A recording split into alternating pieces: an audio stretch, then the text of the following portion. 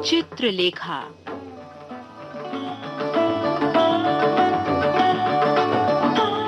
कथाकार भगवती चरण वर्मा के दार्शनिक चिंतन से उपजा उपन्यास चित्रलेखा।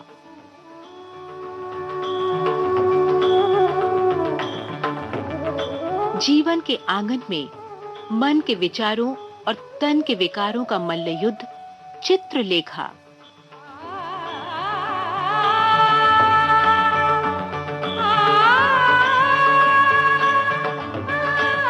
पिछली कड़ी में हमने जाना कि कुमारगिरी वासना के वशीभूत हो चुके हैं। अब तर्क या कुतर्क सब व्यर्थ है। चित्रलेखा के तन की चाह में तप की राह कहीं पीछे छूट गई है।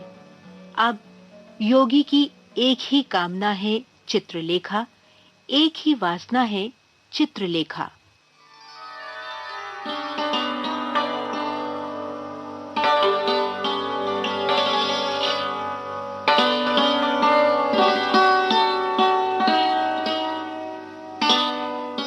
तुम अपने को धोखा दे रही हो देवी चित्रलेखा।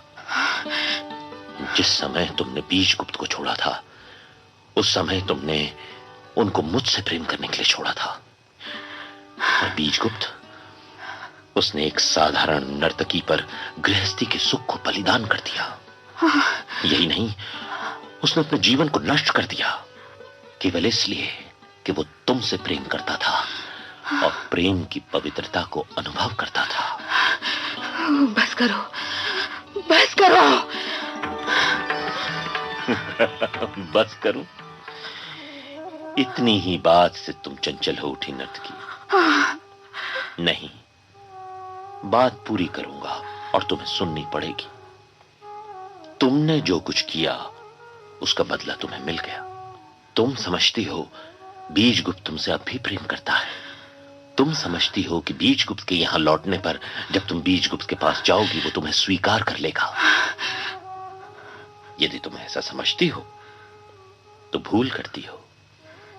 तुम्हारे विष के प्रभाव को दूर करने वाला अमृत उसे मिल गया। तुमने उसे मिटाने में कुछ भी न उठा रखा था, पर यशोधरा ने उसे बचा लिया। और अब बीजगुप्त यशोधरा के साथ वैवाहिक जीवन के आनंद का उपभोग कर रहा है। क्या तुम सच कह रहे हो योगी? क्या बीजगुप्त ने यशोधरा के साथ विवाह कर लिया?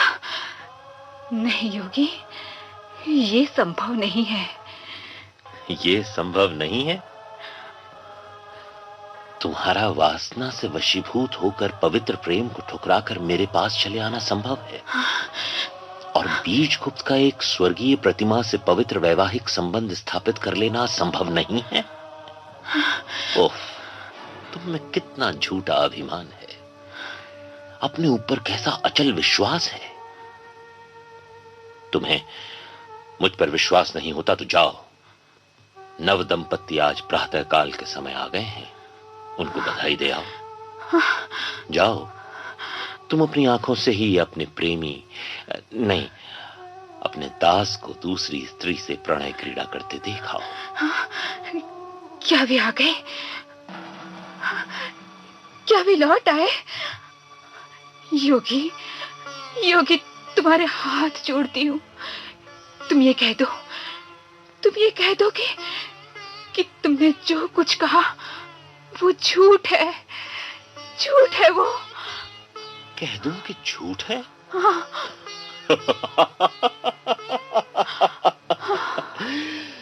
सत्य को झूठ कह दूं?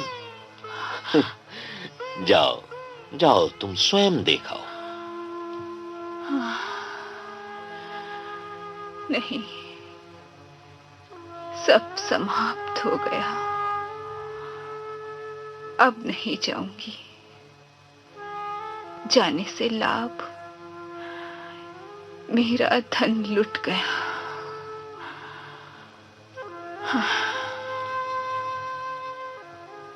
सब समाप्त हो गया?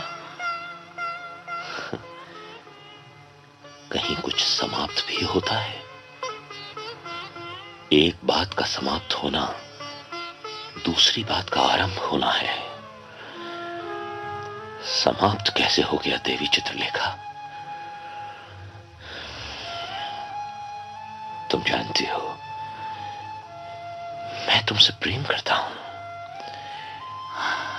और तुम भी मुझसे प्रेम नहीं करती तो मुझसे घृणा भी नहीं करती। तुम मेरे जीवन में आना चाहती हो।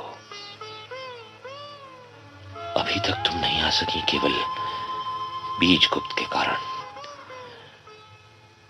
तुमने उसके जीवन को दुखमय बनाया, उसने तुम्हारे जीवन को दुखमय बनाया। बीजगुप्त ने एक आधार पा लिया, तुम्हें भी आधार न ढूंढना पड़ेगा। देवी चित्रलेखा, मैं तुमसे प्रेम करता हूं।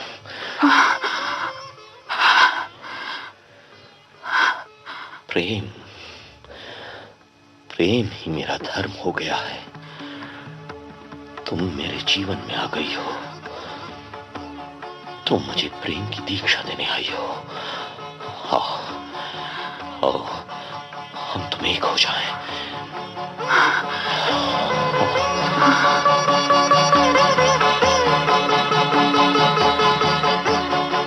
कुमारगिरी ने चित्रलेखा का हाथ पकड़ लिया। चित्रलेखा ने अपना हाथ कुमारगिरी के हाथ में बिना किसी विरोध के दे दिया। उसने अपना सिर उठाकर कुमारगिरी की आंखों से अपनी आंखें मिला दी। कुमारगिरी का मुख झुका, चित्रलेखा का मुख कुछ ऊपर उठा। दोनों के अधर मिल गए। काफी देर तक दोनों के अधर मिले रहे।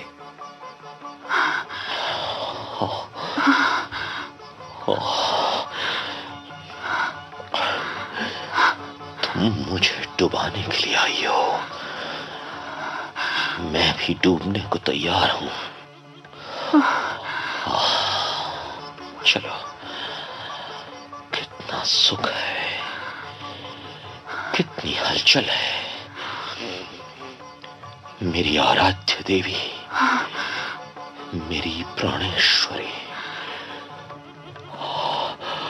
आज तुम्हारे यौवन के अथाह सागर में डूबने आया हूं।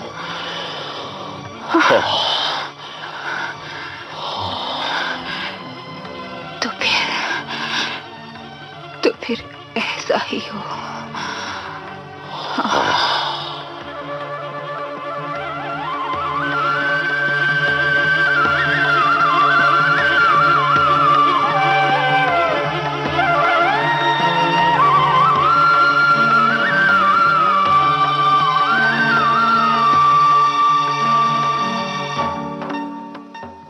जब प्रातःकाल चित्रलेखा की आंख खुली, वो उद्विग्न थी। बीजगुप्त ने उसे छोड़ दिया, ये भावना उसके लिए असह्य थी। उसका संसार अंधकारमय था। उसे रह रहकर अपने ऊपर क्रोध आ रहा था। उसने बीजगुप्त को छोड़ा ही क्यों था?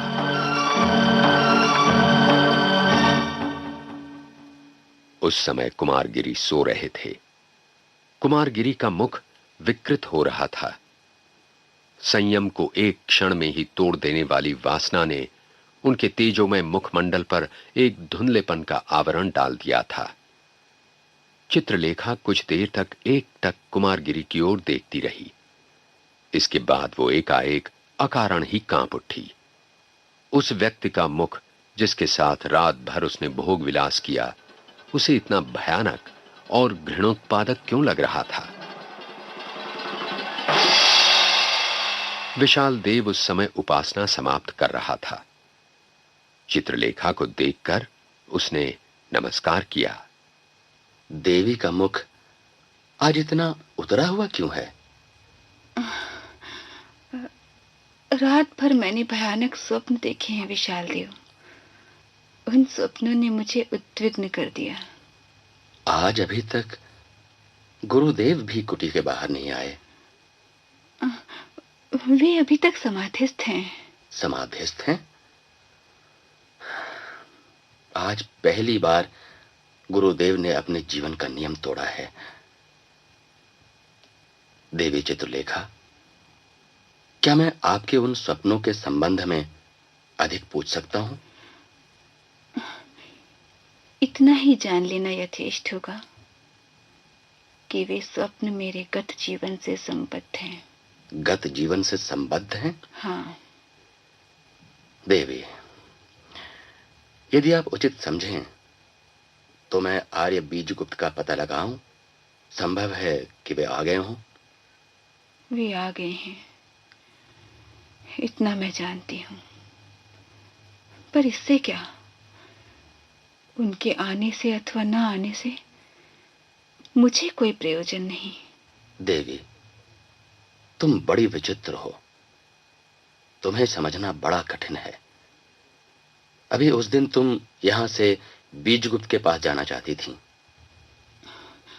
हाँ, उस दिन मैं जाना चाहती थी, पर आज नहीं जाना चाहती। विशाल देव, मेरे व्यक्तिगत जीवन के संबंध में तुम्हारे लिए इतनी उत्सुकता दिखाना कहां तक उचित है? तुमने इस पर कभी विचार भी किया है? पर तुम्हारे व्यक्तिगत जीवन में उत्सुकता दिखाने का अर्थ होता है अपने गुरु के जीवन में उत्सुकता दिखाना, और ये मेरे लिए स्वाभाविक तथा उचित है। देवी चित्रलेखा, तुम अच्छी तरह से जानती हो कि यहां तुम्हारी उपस्थिति इस कुटी की संयम पूर्ण शांति को नष्ट कर रही है। यह आश्रम एक कुल के समान है, जहां के प्रत्येक व्यक्ति को दूसरे के उचित तथा अनुचित कार्यों में टीका करने का ही नहीं, वरन हस्तक्षेप करने का अधिकार है। मैं इस बात को मानने को बाध्य नहीं हूं। न सही, फिर भी मैं आज बीजगुप्त के यहां जाऊंगा, केवल अपने गुरु भाई श्वेतांक से मिलने के लिए। देवी, मैं फिर प्रार्थना करता हूं कि एक बार तुम और विचार करो और तुम हम लोगों पर दया करो। दया? किस पर दया करने को कह रहे हो? और किससे दया करने को कह रहे हो? तुम बधिक से दया की आशा करते हो? देवी, तुम संहारकर्ता से निर्माण कराना चाहते हो? भूलते हो, भूलते हो।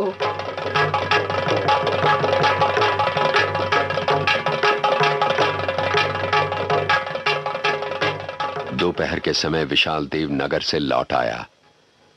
चित्रलेखा उसकी प्रतीक्षा कर रही थी। इतना सब कह चुकने के बाद, अपने निर्णय के बाद भी वो बीजगुप्त के संबंध में जानना चाहती थी। जिस समय विशाल देव लौटा, उस समय चित्रलेखा कुटी के बाहर वटवृक्ष के नीचे लेटी हुई थी। विशाल देव को देखते ही वो उठकर बैठ गई। विशाल देव सीधे चित्रलेखा के पास आया। देवी चित्रलेखा, मैं बतला दूं कि आर्य बीजगुप्त से नहीं मिला। मैं केवल श्वेतांक से मिलकर लौट आया हूं। मैं अधिक देर तक वहां ठहरा भी नहीं, क्योंकि श्वेतांक आर्य मृत्युंजय के यहां जा रहा था। मैं भी उसके साथ वहां तक बातें करता हुआ गया। इसके बाद वो भीतर चला गया और मैं लौट आया। श्वेतांक ने मेरे विषय में भी तुमसे कुछ पूछा विशाल देव? हाँ, तुम्हारे स्वास्थ्य तथा कुशल क्षेम के विषय में वो मुझसे पूछता रहा। वो जल्दी में था, नहीं तो वो यहां आता भी। एक बात और बतलाऊं? हाँ? शायद तुम्हें आश्चर्य हो, श्वेतांक यशोधरा से प्रेम करता है। क्या? हाँ, और वो उससे विवाह करना चाहता है। श्वेतांक यशोधरा से विवाह करना चाहता है? हाँ। मेरा तो ऐसा अनुमान था कि बीजगुप्त से यशोधरा का विवाह हो गया है। तुमने ये किस प्रकार अनुमान कर लिया कि बीजगुप्त से यशोधरा का विवाह हो गया? श्वेतांक ने ये तो कहा था कि बीजगुप्त यशोधरा की ओर आकर्षित अवश्य हुए थे, पर उसका विश्वास है कि बीजगुप्त यशोधरा से विवाह कभी न करेंगे। बीजगुप्त का तुम्हारी ओर अनुराग स्थायी है। धन्यवाद। विशाल देव जी। जो कटु शब्द मैंने तुमसे कहे हैं उनके लिए तुम मुझे क्षमा करना। देवी, मैं आज यहाँ से चली जाऊंगी, इतना विश्वास रखना विशाल देव।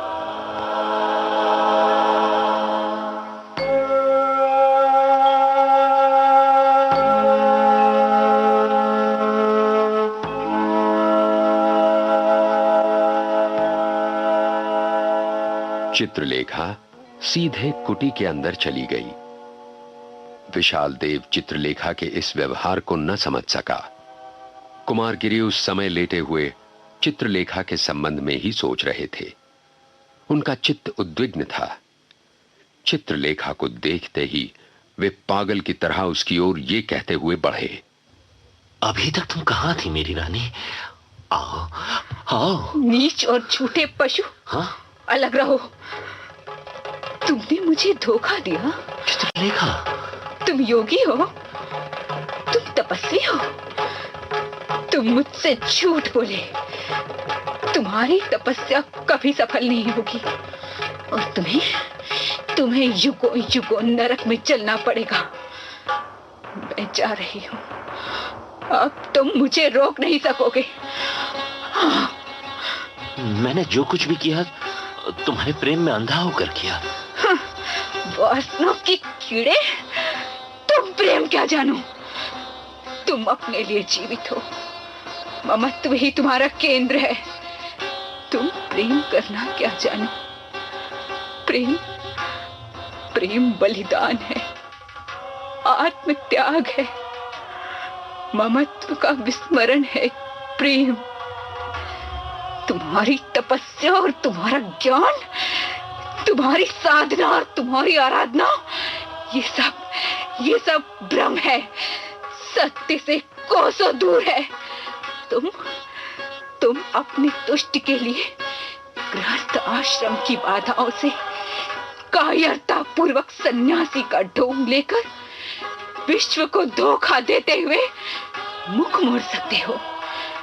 तुम अपनी वासना को तुष्ट करने के लिए मुझे धोखा दे सकते हो और फिर भी तुम प्रेम की दुहाई देते हो। जाओ नर्तकी, मुझे तुम्हारी आवश्यकता नहीं। तुमने मुझे गिराया और तुम मुझे उठा भी रही हो। एक दिन तुमने मुझे पराजित किया, मैंने भी तुम्हें पराजित किया। तुम मुझसे क्या कहती हो? पहले अपने को देखो। अपने मुख पर पार्श्विकता की छाया को देखने में तुम समर्थ नहीं हो सकोगी, इतना मैं जानता हूं। जाओ जाओ, अपना अभिशाप भी अपने साथ लेती जाओ। जाओ।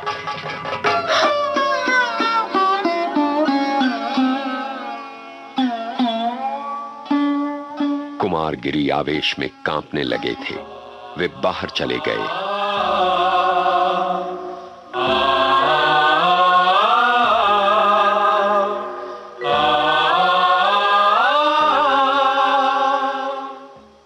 मृत्युंजय के यहां से लौटकर श्वेतांक ने बीजगुप्त से कहा, योगी कुमारगिरी का शिष्य विशाल देव आज मुझसे मिला।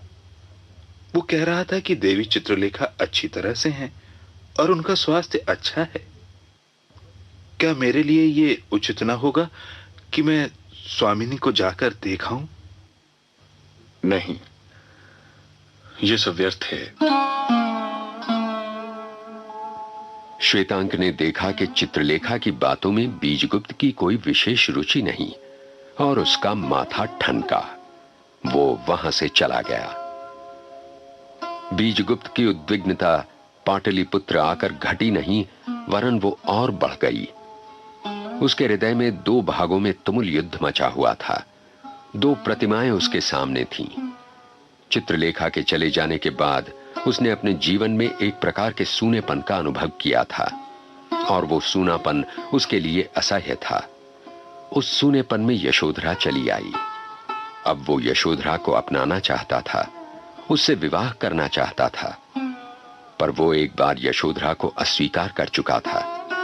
इस समय उसी यशोधरा को दान देने के लिए मृत्युंजय से कहना उसके लिए बहुत बड़ी पराजय होगी और उसकी आत्मा उस पराजय को स्वीकार करने के लिए तैयार न थी। बीजगुप्त मौर्य साम्राज्य की सेना जनपद का सदस्य था। पाटलिपुत्र आने के बाद राज्य कार्य में भी उसका मन न लगा। बीजगुप्त के ओर में उस हलचल से प्रेरित एक क्षणिक विरक्ति की भावना बढ़ती जा रही थी। उसने घर से बाहर निकलना छोड़ दिया था। नगर का विशाल जनरव, उसके उत्सव, उसके आमोद प्रमोद बीजगुप्त को काटते थे। आज श्वेतांक ने चित्रलेखा की बात चलाकर बीजगुप्त के हृदय में एक और हलचल उत्पन्न कर दी। चित्रलेखा प्रसन्न है, स्वस्थ है और बीजगुप्त दुखी है। कैसी विषमता, कैसा भ्रम। फिर पराजय ही सही, यशोधरा से विवाह करना ही होगा। अपने जीवन के सूनेपन को दूर करके रहना ही होगा। श्वेतांक ने बीजगुप्त के स्वर में, उसकी मुद्रा में तथा चित्रलेखा की ओर से बीजगुप्त की उदासीनता में प्रथम बार उस सत्य का आभास देखा जिसको अभी तक वो न देखने की कोशिश कर रहा था। उस रात को वो भी सो न सका।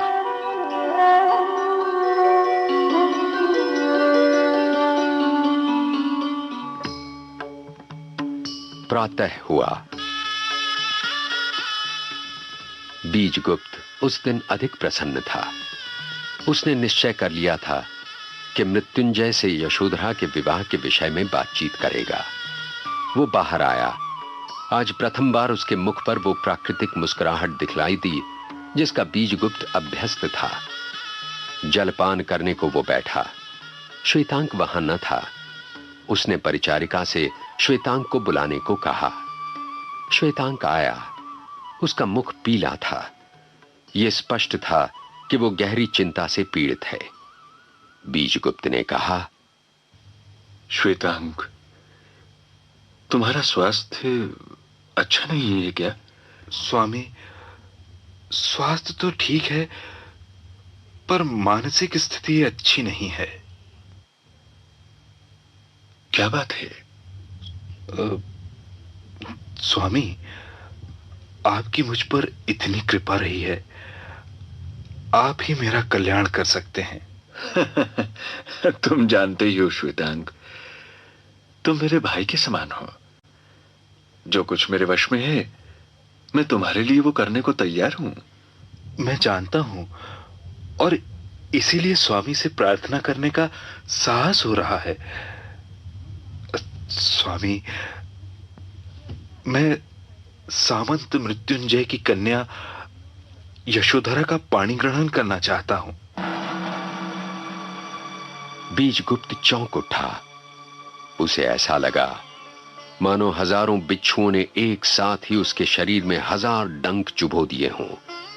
कुछ क्षणों के लिए वो विमूढ़ सा श्वेतांक की ओर देखता ही रह गया। क्या कहा? यशोधरा का तुम पाणी ग्रहण करना चाहते हो? उसमें मेरी सहायता की क्या आवश्यकता? स्वामी, आप ये प्रस्ताव आर्य मृत्युंजय के सामने रखें। तुम जानते हो श्वेतांक कि मृत्युंजय ने उसके पाणी ग्रहण का प्रस्ताव मुझसे किया था, और मैंने उस समय चित्रलेखा के कारण उस प्रस्ताव को ठुकरा दिया था। तुम ये भी जानते हो कि चित्रलेखा मेरे जीवन से निकल गई है, और मैं यशोधरा की ओर यथेष्ट आकर्षित हूं। जानता हूं स्वामी, पर यह नहीं जानता कि स्वामी के हृदय में भी यशोधरा के पाणी ग्रहण की बात उठ सकती है। नहीं, जो कुछ तुम कह रहे हो वो संभव नहीं है। मैं यशोधरा से प्रेम करने लग गया हूं। आज रात को ही मैंने यशोधरा से विवाह करने का निश्चय कर लिया है। तुम मुझसे क्या करने को कह रहे हो श्वेतांक? क्या इतनी वेदना, इतना दुख और इतनी हलचल मेरे लिए काफी नहीं है? क्या तुम चाहते हो कि मैं अपना जीवन नष्ट कर दूं?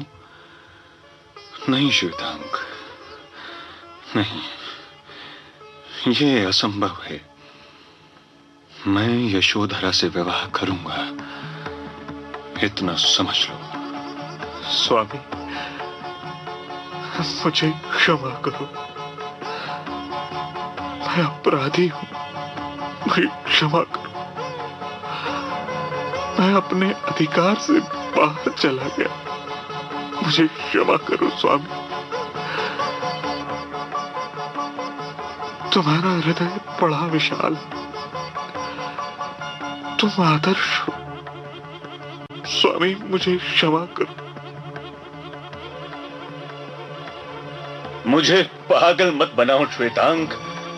जाओ, यहां से चले जाओ।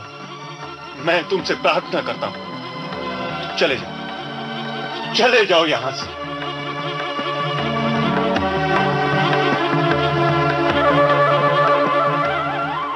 श्वेतांग धीमे धीमे वहां से चला गया। बीजगुप्त ने अपना हाथ अपने सिर पर मारा। हाय रे भाग्य!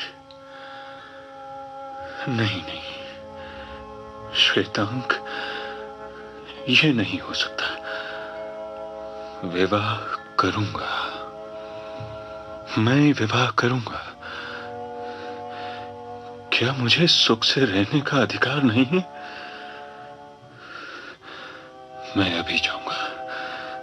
मेरे निर्णय में बाधा डालने वाला कोई नहीं है। मैंने निश्चय कर लिया है, मैंने निश्चय कर लिया है कि यशोधरा से विवाह करूंगा। अब उस निश्चय को बदलना असंभव है।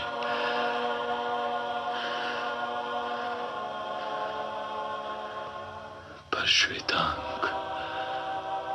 श्वेतांग को क्या अधिकार है कि वो यशोधरा से प्रेम करे? क्या वो नहीं जानता कि मैं यशोधरा की ओर आकृष्ट हूं?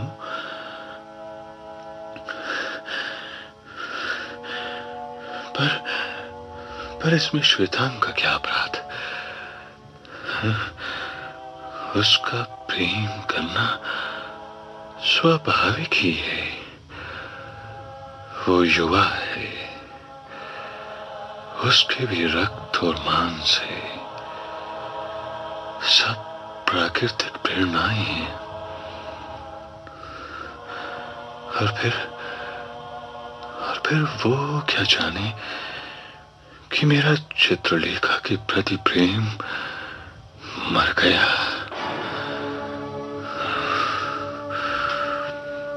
मेरा चित्रलेखा के प्रति प्रेम मर गया। ये क्यों? मैं कितना निर्बल हूं कि एक स्त्री से प्रेम करके अब दूसरी स्त्री से प्रेम कर रहा हूं। क्या वास्तव में प्रेम अस्थाई है?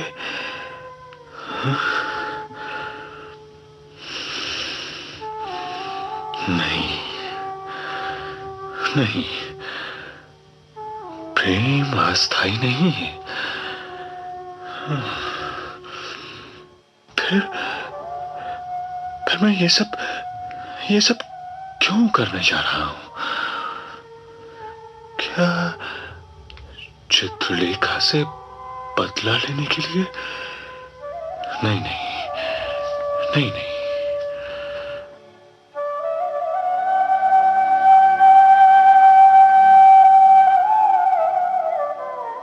बीजगुप्त यशोधरा के भवन की ओर चल दिया। फिर भी उसकी विचार श्रृंखला टूटी नहीं। क्या संयम के यही अर्थ हैं? क्या संसार में अपनापन ही सब कुछ है? तो फिर मनुष्य में और पशु में भेद क्या है? प्रत्येक प्राणी अपने लिए जीवित है।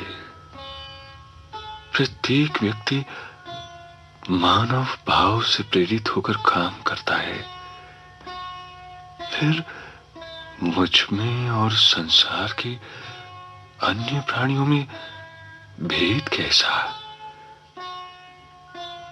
यशोधरा से मेरे विवाह का क्या परिणाम होगा?